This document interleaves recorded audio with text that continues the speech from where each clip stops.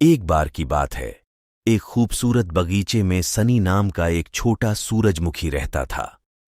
सनी छोटी और चमकीली थी। उसकी पंखुड़ियां सूरज की तरह पीली थीं और उसका चेहरा प्रसन्न था, जो हमेशा आकाश की ओर देखता था। हर सुबह जैसे ही सूरज क्षितिज पर झांकता, सनी अपनी पत्तियां फैलाती और मुस्कुराती, सूरज की रोशनी को सोखने के लिए उत्सुक होती। सुप्रभात रवि, मैं एक बिल्कुल नए दिन के लिए तैयार हूं, सनी खुश होकर कहती। सनी को बगीचे में अन्य फूलों के साथ लुका छिपी खेलना पसंद था। वह ऊंचे ट्यूलिप के पीछे छुप जाता था और जब दूसरे उसे ढूंढने की कोशिश करते थे तो खुशी से खिलखिलाते थे। मैं यहां हूं पीके बू, सनी चिल्लाकर सबको हंसा देती थी। एक दिन बगीचे में हल्की बारिश की बौछार आई। बारिश की बूंदें सनी की पंखुड़ियों पर थपथपा रही थीं और छोटा सूरजमुखी थोड़ा उदास महसूस कर रहा था।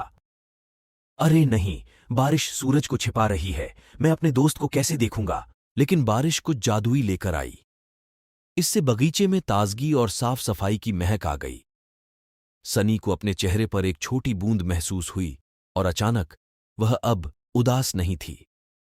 धन्यवाद वर्षा, तुम मुझे पानी पिला रही हो और सब कुछ हरा भरा और प्यारा बना रही हो, सन्नी खुशी से चिल्लाया। जैसे जैसे दिन बीतते गए, सनी ने बगीचे को बदलते हुए देखा। बारिश से पौधों को लंबा होने में मदद मिली और रंग और भी चमकीले हो गए। सनी को एहसास हुआ कि बगीचे को सुंदर बनाने के लिए सूरज और बारिश दोनों महत्वपूर्ण हैं। एक धूप भरी सुबह, बारिश रुकने के बाद सनी ने ऊपर देखा और आकाश में एक सुंदर इंद्रधनुष घूमता हुआ देखा। वाह, देखो सब लोग, एक इंद्रधनुष! जब सभी फूल रंग बिरंगे प्रदर्शन को देखने के लिए एकत्र हुए तो सनी खुशी से चिल्लाने लगी। उस दिन से सनी को पता चल गया कि भले ही बारिश सूरज को छिपा दे, फिर भी हमेशा कुछ अद्भुत दिखने का इंतजार रहता है।